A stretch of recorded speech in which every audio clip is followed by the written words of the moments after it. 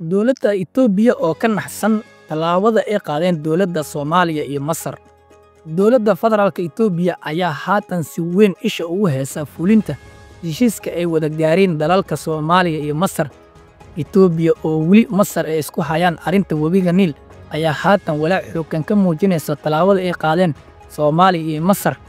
Labada madaxweyne Xasan Sheikh iyo Cabdifatax al-Siisi ayaa dhawaan isku afgartay in xiriirka labada dal la gaarsiiyo heer iskaashi istaraatiijiyadeed oo xooggan. Waxay sidoo kale qalinka ugu duubeen madaxweyne Xasan Sheikh Maxamuud iyo Cabdifatax al-Siisi heshiisyo muhiim ah taas oo ka turjumaysa xoojinta xiriirka taariikhiga ah ee Soomaaliya iyo Masar sidii loo kobcin lahaa dhinacyada waxbarashada, garsoorka, siyaasadda, amniga iyo isku socodka iyo dhaqaalaha.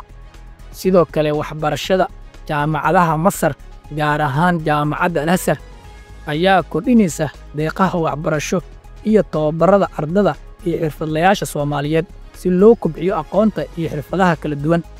Si kastaba Itoobiya iyo Masar ayaa si weyn ugu loolamaya gudaha Soomaaliya, waxaana labada dal ee sidoo kale qayb ka noqon doonaan howlgalka cusub ee dhawaan Soomaaliya ka bilaaban doono sanadkan 2025. Itoobiya hadda way ka naxsan tahay heshiiska cusub ay wada gaareen madaxweyne Xasan Sheikh Maxamuud iyo madaxweynaha Masar Cabdifatax al-Siisi.